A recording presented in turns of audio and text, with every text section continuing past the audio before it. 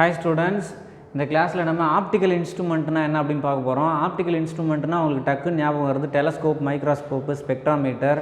அதுக்கு அடுத்து பாத்தீங்கன்னாக்கா ஹியூமன் ஐ அப்படினு சொல்றாங்க. என்னன்னு பாத்தீங்கன்னா நீங்க ஆப்டிக்கல் இன்ஸ்ட்ருமெண்ட்னா நம்ம ஆர்டினரி கிளாஸ் யூஸ் பண்றோம் இல்லையா, அந்த கிளாஸ் நம்ம கண்ணுக்கு போடுற கண்ணாடி கூட என்னதான் ஆப்டிக்கல் இன்ஸ்ட்ருமெண்ட் தான். ஓகேவா?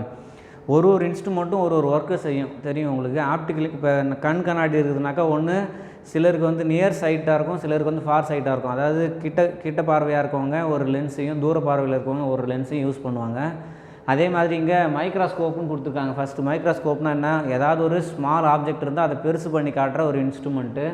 டெலஸ்கோப்னால் என்ன, ஒரு டிஸ்டன்ஸில் இருக்கிற ஆப்ஜெக்டை நமக்கு பெருசு பண்ணும். ஓகேவா? மைக்ரோஸ்கோப்னால் கிட்டக்கே வச்சு நம்ம பெருசு பண்ணுறது. அதே விஷயத்தை ரொம்ப தொலைவில் இருக்கிற ஆப்ஜெக்டை நம்ம ஃபோக்கஸ் பண்ணோம், அது டெலஸ்கோப்பு. ஸ்பெக்ட்ரோமீட்டர்னால் என்ன சார் அப்படின்னு பார்த்தீங்கன்னா லைட்டை நல்லா டீப்பாக போய் உள்ளே போயிட்டு பார்க்குறது. ஓகேவா? ஃபார் எக்ஸாம்பிள் நீங்கள் ப்ளூ கலர் லைட் இருக்குனாக்கா ப்ளூ கலர் லைட்டை பற்றி நான் ரிசர்ச் பண்ண போகிறேன், இல்லைனா ஒயிட் கலர் லைட்டை பற்றி நான் ரிசர்ச் பண்ண போகிறேன் அப்படின்னா உங்களுக்கு என்ன தேவைப்படும், ஸ்பெக்ட்ரோமீட்டர் தேவைப்படும். ரைட். நெக்ஸ்ட் வந்து பார்த்தீங்கன்னா ஹியூமன் ஐ. யூஸ்வலாக உங்களுக்கு தெரிஞ்சது தான். ஹியூமன் ஐனா என்ன, ஹியூமன் ஐ இல்லைனாக்கா நம்மளால் எந்த பொருளையும் நம்ம விஷுவலாக பார்க்க முடியாது. அது இந்த எல்லா இன்ஸ்ட்ருமெண்ட்டை விட ஹியூமன் ஐ ரொம்ப ஸ்பெஷல். ஏன்னு பார்த்தீங்கன்னாக்கா அது ஒரு லிவிங் திங்ஸோட இருக்கிற ஒரு இன்ஸ்ட்ருமெண்ட் அப்படின்னு சொல்லலாம். ஓகே, ஒரு உறுப்பு. ஓகேவா? ஒரு பார்ட் ஆஃப் ஹியூமன் பாடி. ஓகேவா?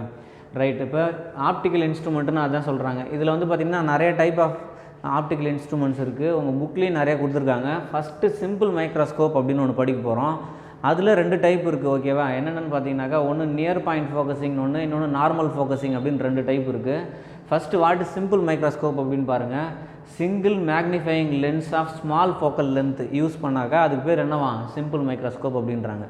Single magnifying lens of small focal length use பண்ணால் அதுக்கு பேர் simple microscope. The idea is to get and erect magnified virtual. ஓகேவா? 3 விஷயம் சொல்கிறாங்க. Erect image, magnified image, virtual இமேஜாக கிடச்சதுனாக்கா அதுக்கு பேர் என்னது, சிம்பிள் மைக்ரோஸ்கோப் அப்படின்னு அர்த்தம். ஓகேவா? நீங்கள் ஏதோ ஒரு ஆப்ஜெக்ட் வைக்கிறீங்க, அந்த ஆப்ஜெக்டோடைய எந்த மாதிரியான இமேஜ் கிடைக்கும், erect image, magnified image, virtual image கிடைக்கும். ஓகேவா? ரைட். நெக்ஸ்ட் வந்து பார்த்திங்கன்னா object is placed between F and P. எஃப்னா என்ன, ஃபோக்கஸ். இப்போ லென்ஸ் நம்ம ஒன்று யூஸ் பண்ணுறோன்னா அந்த லென்ஸோடைய ஃபோக்கஸ்க்கும் அதோடைய போலுக்கும் இடையில வச்சுருப்போம் நம்ம ஆப்ஜெக்ட். ரைட்டா? ரைட். நெக்ஸ்ட் வந்து பார்த்திங்கன்னா there are 2 magnification to be discussed for 2 kinds of focusing. 2 விதமாக நம்ம இதை ஃபோக்கஸ் பண்ணலாம். ஒன்று வந்து நியர் பாயிண்ட் ஃபோக்கஸிங், இன்னொன்று நார்மல் ஃபோக்கஸிங் அப்படின்னு சொல்கிறாங்க. ஓகேவா? The image is formed at near point, அதாவது 25 சென்டிமீட்டரில் இருக்குன்னு வச்சுக்கோங்களேன். ஹியூமன் பீயிங்கோடைய direct vision least distant of direct eye அப்படின்னு சொல்கிறாங்க. அதாவது ஒரு கண்ணால் நீங்கள் பார்க்குறீங்க, பார்க்க முடிஞ்சது எவ்வளோ டிஸ்டன்ஸில் வச்சா நம்ம எந்த விதமான ஸ்ட்ரெஸ் இல்லாமல் பார்க்கலாம் அப்படின்னு பார்த்தீங்கன்னாக்கா 25 சென்டிமீட்டர் இருக்கணும். நீங்கள் புக்கு கூட பார்த்தீங்கன்னாக்கா ரொம்ப தொலைவில் வச்சு பார்க்கக்கூடாது, ரொம்ப கிட்டக்கையும் வச்சு படிக்கக்கூடாது. கரெக்டாக 25 சென்டிமீட்டர் வச்சு படிச்சிங்கனாக்கா ரொம்ப நேரம் வரைக்கும் தூக்கம் வராமல் படிக்கலாம், நல்லா மெமரி ஆகும். அதனால் அந்த டிஸ்டன்ஸை ரொம்ப கவனமாக பார்த்துக்கணும். ஓகேவா? அதேமாதிரி நம்ம ஐயில் ஏதாவது ப்ராப்ளம் இருக்குனாக்கா அதை என்ன செஞ்சிடணும், உடனே சரி பண்ணிடணும். Next, in this position the eye feels comfortable, there is a little strain on the eye. கொஞ்சமாக தான் ஸ்ட்ரெயின் நமக்கு இருக்கும். அந்த மாதிரி 25 சென்டிமீட்டரில் வச்சு படிச்சிங்கன்னா. வேறு இடத்துல வச்சு படிச்சிங்கனாக்கா நிறைய ஸ்ட்ரெயின் இருக்கும். நெக்ஸ்ட், நார்மல் ஃபோக்கஸிங்னா என்னென்னு பாருங்கள். The image formed at infinity. இப்போ உதாரணத்துக்கு நீங்கள் இங்கேருந்து ஒரு லைட்டை நேராக ஸ்பேஸை பார்த்து அடிக்கிறீங்கன்னா அது ரொம்ப தொலைவில் போயிட்டு அதோட இமேஜ் விழும். அந்த மாதிரி விஷயத்தை தான் நம்ம என்ன சொல்கிறாங்க, இன்ஃபினிட்டியில் இமேஜ் கிடைக்குன்றாங்க. In this position the eye is most relaxed to view the image.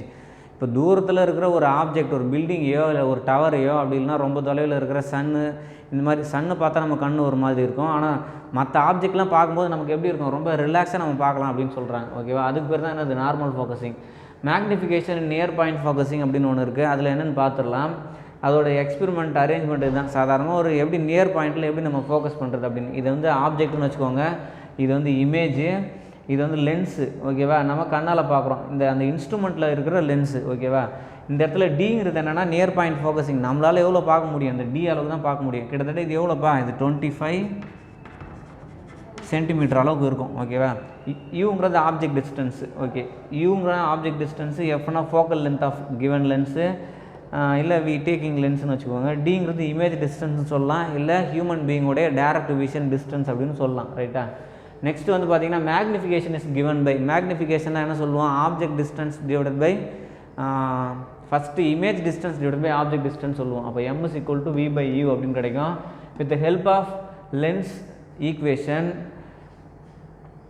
1 by v minus 1 by u equal to 1 by f அப்படின்றாங்க. இதிலேருந்து நான் என்ன செய்கிறேன்னா இதில் ஃபஸ்ட்டு இங்கே இதில் இந்த எஃப் இந்த பக்கம் கொண்டு போயிடுங்க. இல்லை அப்படியே கூட என்ன செய்யலான்னு பார்த்தீங்கன்னாக்கா இதில் இதை அப்படியே வச்சுக்கோங்க. Throw out the equation divide by வின்னு வச்சுக்கோங்களேன். என்ன ஆகும், அதாவது இதிலேருந்து இது எப்படி வந்துன்னு பாருங்களேன். 1 by v இருக்குது minus 1 by u 1 by f இருக்கா. நான் 1 by v அப்படியே வச்சுக்கிறேன். 1 by f இந்த பக்கமும் 1 by u அந்த பக்கம் கொண்டு போனால் என்ன ஆகிடும் உங்களுக்கு, இந்த இடம் மைனஸ் வந்துடும். அப்போ 1 மைனஸ் இப்போ திரும்ப throw out the equation multiply by வினாக்கா v by v 1 ஆகிடும். v by f v by u. v by uனா அது உங்களுக்கு தெரியும் என்னது m அப்படின்னு சொல்லுவோம். ஓகேவா.